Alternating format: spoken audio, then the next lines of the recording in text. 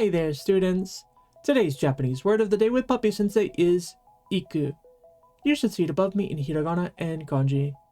Iku is a basic Japanese verb meaning to go. It's directional, so iku means moving away from a location rather than moving toward one. Let's do some basic conjugations for iku. Present polite would be ikimasu. Plain past tense would be itta. Polite past is ikimashita. And the te form is itte.